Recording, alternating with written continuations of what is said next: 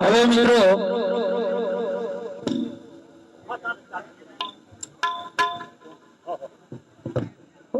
થોડી શાંતિ જાળવીએ। હવે કાર્યક્રમ ચાલુ થાય છે।